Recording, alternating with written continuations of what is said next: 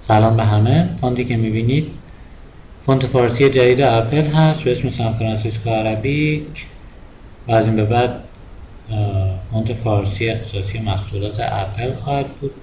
روی این فونت همراه با نسخه جدید iOS 11 رو نمایی شده. دوستان توسعه دهنده اپل مشکلاتی رو تو این فونت دیده بودن، برای همین فرستادم تا منم بررسی کنم و مشکلات رو توضیح بدم که در صورت امکان بتونن گزارش کنن.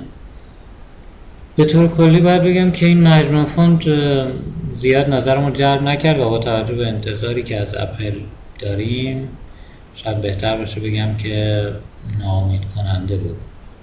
البته امتیازاتی هم داره این فونت که یکیش سبک الگوی درستیه که برای طراحی انتخاب شده که سبک نسخ امروزی شده است، یعنی مثل فونت های نسخ قدیمی نیست، اما خب سنسیف خیلی مینیمال و ساده هم نیست که خب این سبک طراحی طرفدارای زیادی داره.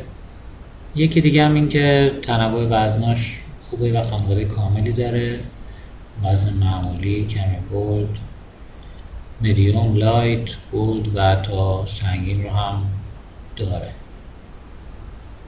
خب بریم یه سری ترکیباتی رو من اینجا تو این فایل نوشتم که از روی اون براتون میگم که چه مشکلاتی رو دیدم توی این فونت.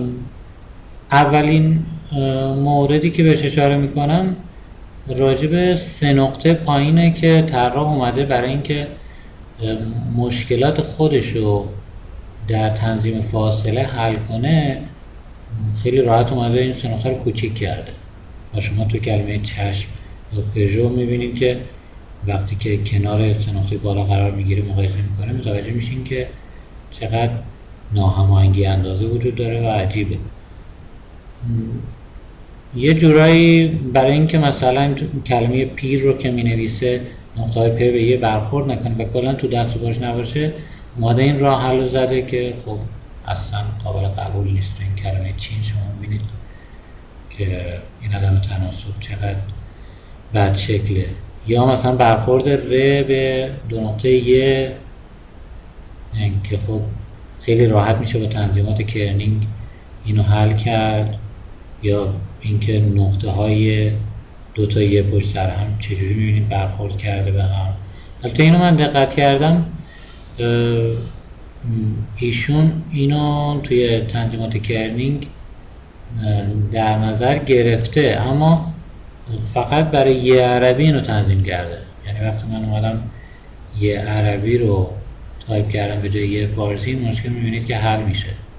ببینید که خب خیلی عجیبه که اصلا حروف فارسی رو برای تنظیمات فاصله در نظر نگرفته.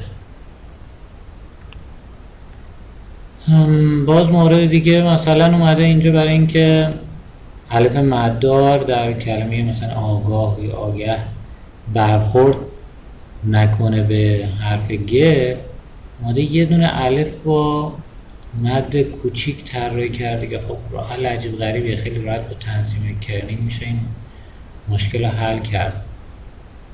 یا اینجا باز یه مشکل دیگه ای که به نظرم خیلی عجیبه اینه که برای اینکه بتونه راستای بالا رو حفظ کنه یا این یه تناسب ایجاد کنه بین ارتفاع حروف، اومده الف مد رو خیلی کوچیک کرده. یعنی شما این کلمه قرآنی که میبینید فکر میکنید من اومدم الف رو به صورت دستی کوچیک کردم و کاملا غیر عادیه که الف مدار که حرف عمودی بلندی هست از قاف ارتفاعش کوچیک‌تر باشه. یا مثلا اعراب پایین رو توی حروفی که پایین افتادگی زیاد دارن، برای اینکه زیادی این پایین افتادگی نداشته باشه و از این راستای پایین تر نره، یه جای عجیبی قرار داده. ببینید اومده این طرف حرف قرار داده برای اینکه این راستای پایین رو حفظ کنه. یعنی مثلا شما اینجا دروغ 13 بنویسید نمیدونید که این کسره مربوط به این حرفه یا حرف بعدی. در کل فونت به لحاظ طراحی میشه گفت حرفه‌ای نیست. شکل حروف خوبه، بعضی از حروف خیلی قوی طراحی شده، ولی وقتی دقت میکنیم میبینیم که مشکلات زیادی داره. حالا این شکل حروف هم زیاد نمیشه مطمئن بود که همه طراحیاش رو خودش خلق کرده. مثلا من برای مثال این ترکیب رو با یه فونت دیگه، فونت میریاد مایکروسافت کنار هم گذاشتم، میبینید که حرف ه رو تقریبا میشه گفت کاملا از این فونت کپی کرده. یعنی حتی اگر از اون الهام گرفته باشه هم یه الهام خیلی درصد بالاست. خب خیلی ممنون که تماشا کردید. از این به بعد سعی میکنم موضوعات مفیدی که در رابطه با فونت فارسی و تایپوگرافی به ذهنم میرسه و ویدیو کنم. اگه دوست دارید منو در شبکه‌های اجتماعی و کانال تلگرام و آپارات دنبال کنید. خدا نگهدار.